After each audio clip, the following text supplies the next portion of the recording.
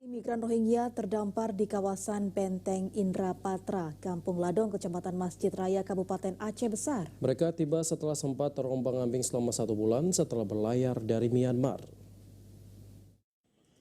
Sebanyak 58 pengungsi etnis Rohingya kembali terdampar di Aceh, dan kali ini mereka terdampar di Kabupaten Aceh Besar. Hingga Minggu siang, sejumlah pengungsi masih berada di Komplek Benteng Indrapatra sambil menunggu solusi yang akan diambil oleh pemerintah Aceh Besar. Dari 58 pengungsi yang terdampar, umumnya merupakan laki-laki dengan usia yang masih relatif muda. Sebagian besar pengungsi berusia 16 hingga 19 tahun, sementara lainnya berusia 20 hingga 29 tahun. Abdul Manan, salah seorang pengungsi, mengaku mereka berangkat dari Myanmar dengan tujuan Malaysia.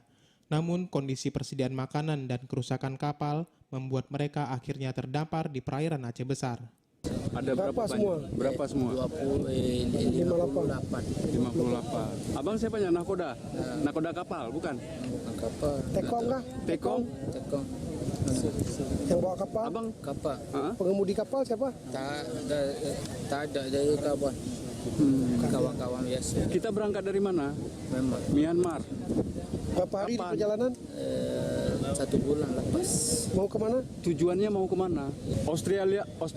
Malaysia. Malaysia tujuan, tapi terdampar di sini. Ada kerusakan mesin? Mesin kapal? Mesin kapal. Sementara itu, hingga Minggu siang, proses pendataan masih dilakukan pemerintah Kabupaten Aceh Besar dengan pihak terkait, baik TNI, polisi, serta Bakamla.